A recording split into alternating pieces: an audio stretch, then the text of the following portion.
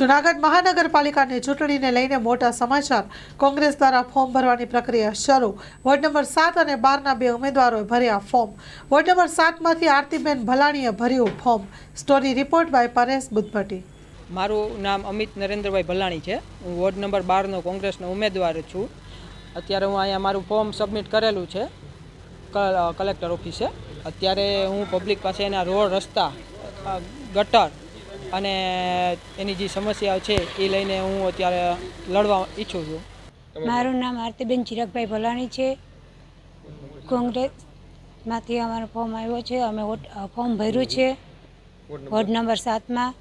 અમે લોકોના રોડ, રસ્તાના અન્ય કામથી અમે લડીએ છીએ। અમને પ્રજાએ કીધેલું છે અમે જીતશું। કઈ રીતના ફોર્મ ભરવાની જાણ કરી પાર્ટીમાંથી અમને જાણ કરેલી છે। કઈ રીતના જાણ કરી હતી? ફોન દ્વારા। કેટલા લોકોએ તમારી સાથે ફોર્મ ભર્યું છે? અત્યારે અમે એક જ છીએ।